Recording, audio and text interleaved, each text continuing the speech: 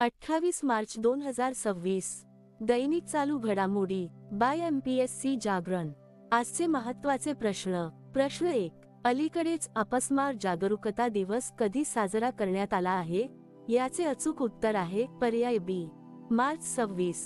स्पष्टीकरण. अलीकडेच 26 मार्च 2026 रोजी अपस्मार जागरूकता दिवस, ज्याला पर्पल डे म्हणूनही ओळखले जाते, साजरा करण्यात आला आहे. हा दिवस अपस्माराबद्दल जागरूकता पसरवण्यासाठी, त्याबद्दलचे गैरसमज दूर करण्यासाठी आणि या आजाराने बाधित लोकांसाठी पाठिंबा दर्शवण्यासाठी आंतरराष्ट्रीय स्तरावर दरवर्षी मार्च 26 रोजी आयोजित केला जातो.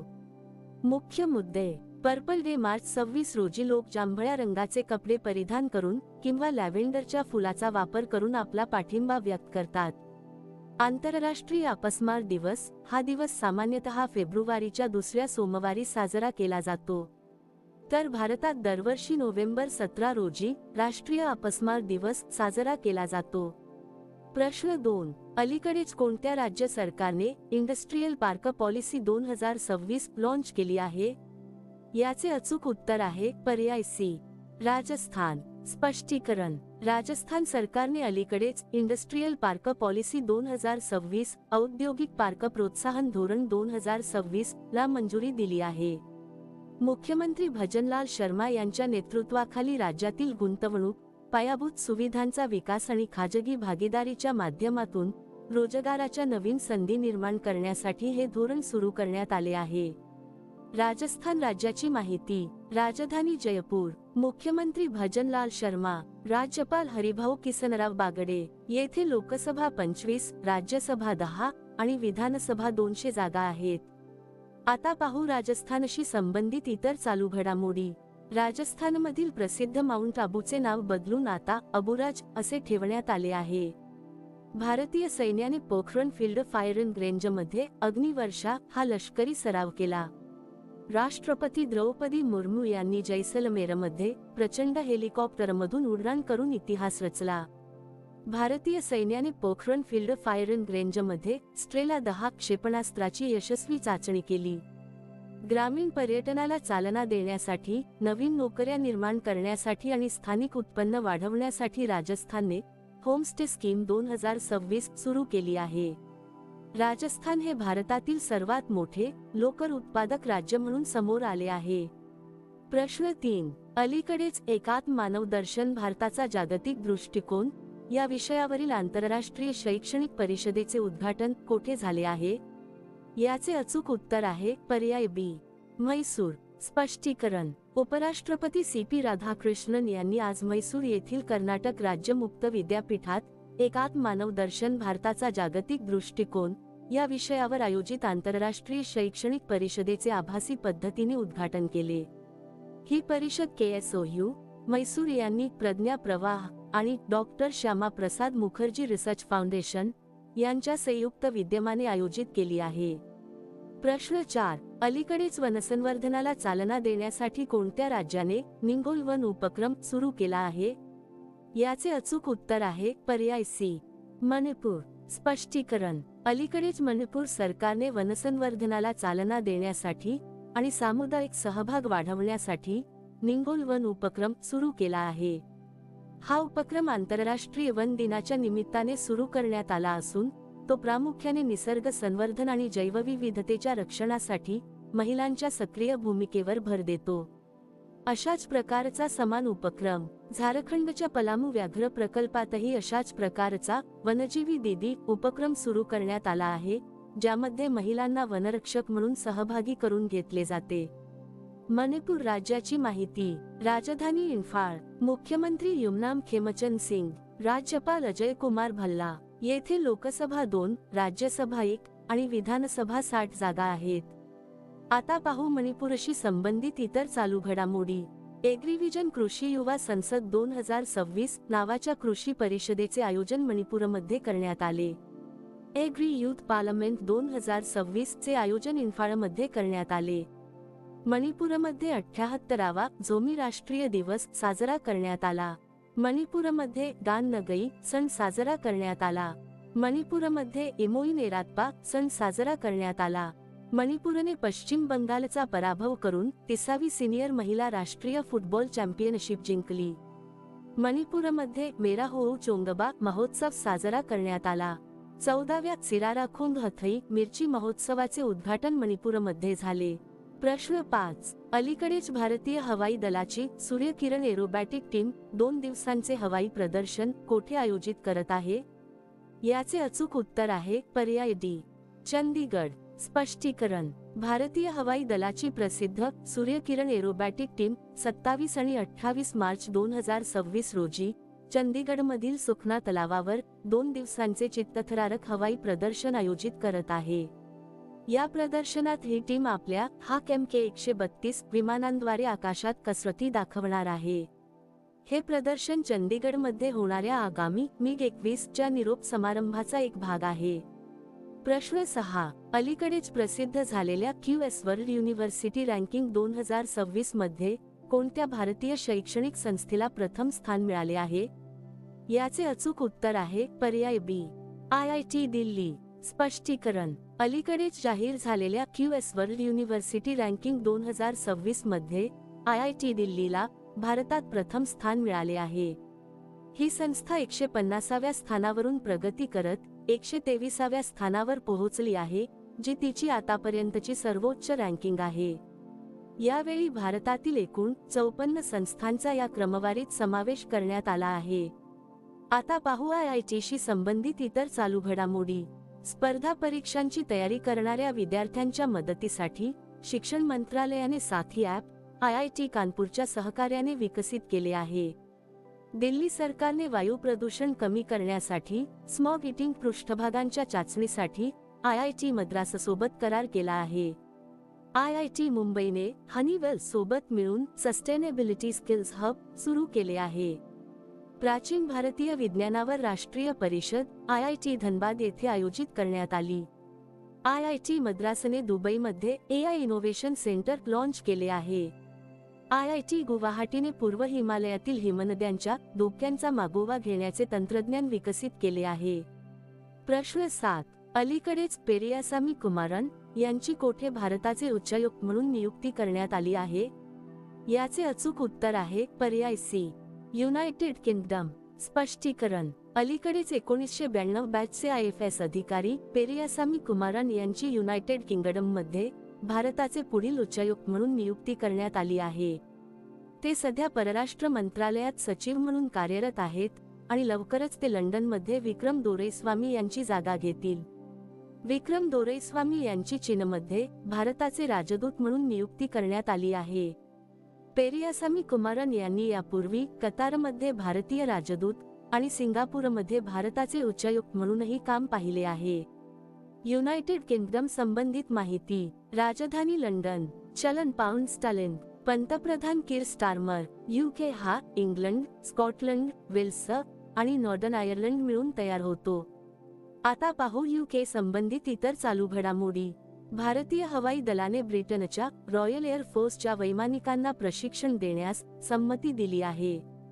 भारत आणि ब्रिटनने वैज्ञानिक सहकार्याला चालना देण्यासाठी रामानुजन ज्युनियर रिसर्चर्स प्रोग्राम सुरू केला आहे.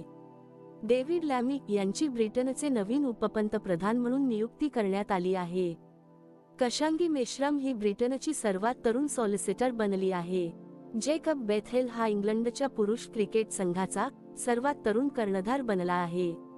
इंग्लंडने स्पेनचा पराभव करून महिला कप 2025 चे विजेतेपद पटकावले. कसोटी क्रिकेटमध्ये सर्वाधिक धावा करणारा जगातील दुसरा फलंदाज इंग्लंडचा जो रूट बनला आहे. भारत सरकारने UK सोबतच्या मुक्त व्यापार कराराला मंजुरी दिली आहे.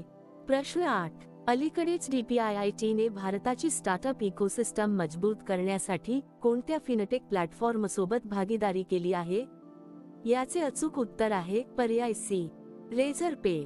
स्पष्टीकरण. उद्योग आणि अंतर्गत व्यापार संवर्धन विभाग, वाणिज्य आणि उद्योग मंत्रालय, भारत सरकार यांनी भारताची स्टार्टअप इकोसिस्टम अधिक मजबूत करण्यासाठी रेझरपे या फिनटेक प्लॅटफॉर्मसोबत धोरणात्मक भागीदारी केली आहे. देशभरातील स्टार्टअप्स, नवनिर्मिती करणाऱ्यांना आणि उद्योजकांना सहकार्य करण्याच्या उद्देशाने एका सामंजस्य करारावर स्वाक्षरी करण्यात आली आहे. प्रश्न 9. अलीकडेच अनलाइकली पॅराडाइज हे पुस्तक कोणाद्वारे लिहिले गेले आहे? याचे अचूक उत्तर आहे पर्याय बी, संजय राऊत. स्पष्टीकरण. अलीकडेच चर्चेत असलेले अनलाइकली पॅराडाइज हे पुस्तक शिवसेना खासदार संजय राऊत यांनी लिहिले आहे. मूळ भाषा.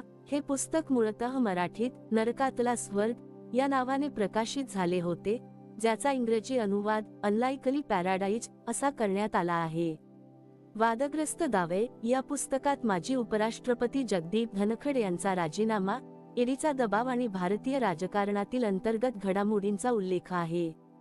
आता पाहू इतर महत्त्वाची पुस्तके. महात्मा एक महान संचारक धीरज काकडिया. अटल बिहारी वाजपेयी शाश्वत राजनेता विजय गोयल. माटी कथा कहे आणि Bakshi Jagabandhu the great commander Bishwabhushan Harichandan. Reclaiming incredible Naveen Kundu. The great sanctions hack Urjit Patel. राष्ट्रपती द्रौपदी मुर्मू यांनी संथाली भाषेत भारताचे संविधान जारी केले. मोदी युगात भारताचे आर्थिक सक्षमीकरण डॉक्टर सिकंदर कुमार. प्रश्न 10. अलीकडेच नवजात बालकांसाठी अनमोल योजना कोठे सुरू करण्यात आली आहे? याचे अचूक उत्तर आहे पर्याय ए, दिल्ली. स्पष्टीकरण. दिल्ली सरकारने आता नवजात बालकांसाठी मोफत रक्त तपासणीची व्यवस्था सुरू केली आहे. अनमोल योजनेद्वारे नवजात बालकांची 56 प्रकारच्या चाचण्या विनामूल्य केल्या जातील. आता पाहू दिल्लीशी संबंधित इतर चालू घडामोडी. दिल्लीत ई-बाईक दीदी योजना सुरू केली जाईल. दिल्लीच्या मुख्यमंत्र्यांनी नागरी तक्रारींसाठी जनसुनवाई पोर्टल लॉन्च केले आहे. दिल्ली सरकारने भू आधारची घोषणा केली आहे. प्रश्न 11. अलीकडेच बीबीसीचे नवीन डायरेक्टर जनरल म्हणून कोणाची नियुक्ती करण्यात आली आहे? याचे अचूक उत्तर आहे पर्याय सी, मॅट ब्रिटिन. स्पष्टीकरण. ब्रिटनची सार्वजनिक प्रसारक संस्था बीबीसीने मॅट ब्रिटिन यांची नवीन डायरेक्टर जनरल म्हणून नियुक्ती केली आहे. ते 18 मे 2026 पासून पदभार स्वीकारतील आणि टिम डेव्ही यांची जागा घेतील. ब्रिटिन हे गुगलचे माजी कार्यकारी अधिकारी राहिले आहेत. ते बीबीसीच्या डिजिटल आणि जागतिक मीडिया परिवर्तनाचे नेतृत्व करतील. आता पाहू इतर महत्त्वाच्या नियुक्त्या. राष्ट्रीय जैवविविधता प्राधिकरणद्वारे आक्रमक परदेशी प्रजातींशी लढण्यासाठी स्थापन केलेल्या तज्ज्ञ समितीच्या अध्यक्षपदी धनंजय मोहन यांची नियुक्ती. राष्ट्रीय दंत चिकित्सा आयोगाचे पहिले अध्यक्ष डॉक्टर संजय तिवारी. सौरभ घोषाल यांची वर्ल्ड प्रीमियर स्क्वॉश लीगचे क्रीडा आयुक्त म्हणून नियुक्ती. कृष्ण कुमार ठाकूर यांची NMDC मध्ये संचालक म्हणून नियुक्ती. ऑटोमोटिव्ह टायर मॅन्युफॅक्चरर्स असोसिएशनचे अध्यक्ष अरुण मामेन. प्रश्न 12. अलीकडेच हॉर्मुझच्या सामुद्रधुनीतून भारतात येणाऱ्या जहाजांच्या सुरक्षेसाठी भारतीय नौदलाने कोणते ऑपरेशन सुरू केले आहे? याचे अचूक उत्तर आहे पर्याय बी, ऑपरेशन ऊर्जा सुरक्षा. स्पष्टीकरण. पश्चिम आशियातील तणावाच्या पार्श्वभूमीवर हॉर्मुझच्या सामुद्रधुनीतून भारतात येणाऱ्या तेल आणि गॅस टँकरच्या सुरक्षेसाठी भारतीय नौदलाने ऑपरेशन ऊर्जा सुरक्षा सुरू केले आहे. या अंतर्गत 5 पेक्षा जास्त युद्धनौका तैनात करून जहाजांना सुरक्षा पुरवली जात आहे. हे ऑपरेशन अरबी समुद्र आणि ओमानच्या आखातात सक्रिय आहे. INS सुरत सारख्या युद्धनौका ओमानच्या आखातात तैनात असून जहाजांना सुरक्षित मार्ग दाखवत आहेत. आता मागील व्हिडिओतील प्रश्न. अलीकडेच UCC म्हणजेच समान नागरी कायदा विधेयक मंजूर करणारे दुसरे राज्य कोणते ठरले आहे? याचे अचूक उत्तर आहे गुजरात. आता पाहू सर्वात महत्त्वाचे सराव प्रश्न. ICC T20 वर्ल्ड कप 2026 भारताने जिंकला आहे. चापचरकूट हा सण मिझोरममध्ये साजरा करण्यात आला. गुंज 2026 युवा महोत्सव जम्मू काश्मीरमध्ये आयोजित करण्यात आला. माल्टा हा देश 2027 राष्ट्रकुल युवा खेळाचे यजमानपद भूषवेल. सरहल महोत्सव झारखंडमध्ये साजरा करण्यात आला. इंटरऑपरेबल क्रिमिनल जस्टिस सिस्टम लागू करण्यात उत्तराखंडने प्रथम स्थान मिळवले आहे.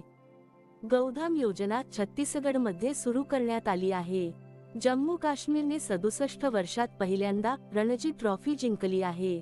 भारत हा चीनला मागे टाकत अमेरिकेला सुती उत्पादनांची निर्यात करणारा सर्वात मोठा देश बनला आहे. इराणने फिफा वर्ल्ड कप 2026 मध्ये खेळण्यास नकार दिला आहे. पंकज त्रिपाठी यांची SBI जनरल इन्शुरन्सचे ब्रँड अँबेसेडर म्हणून नियुक्ती करण्यात आली आहे. भूमिका श्रेष्ठ यांची नेपाळची पहिली ट्रान्सजेंडर महिला खासदार म्हणून नियुक्ती झाली आहे. तेलंगणा सरकारने इंदिरम्मा परिवार जीवन विमा योजनेची घोषणा केली आहे. चंदीगड हे भारताचे दुसरे पूर्ण साक्षर केंद्रशासित प्रदेश बनले आहे. उत्तराखंड सरकारने ई स्वास्थ्य धाम पोर्टल सुरू केले आहे. पश्चिम बंगालमध्ये मथुआ धर्म मेळा आयोजित करण्यात आला. ओडिशामध्ये पंचदोल मैलन यात्रा आयोजित करण्यात आली. मयंक चक्रवर्ती हा भारताचा 94वा ग्रँडमास्टर बनला आहे. सूर्या मिधा हा सर्वात तरुण सेल्फ मेड बिलियनियर बनला आहे. तामिळनाडू हे 2024-25 मध्ये भारताचे अव्वल कापड निर्यातदार राज्य ठरले आहे. आता तुमच्यासाठी प्रश्न, अलीकडेच IPLच्या इतिहासातील सर्वात महागडा संघ कोणता बनला आहे? दिलेल्या पर्यायातून या प्रश्नाचे अचूक उत्तर कमेंट बॉक्समध्ये नक्की द्या. उद्या पुन्हा भेटू पुढील भागात. धन्यवाद.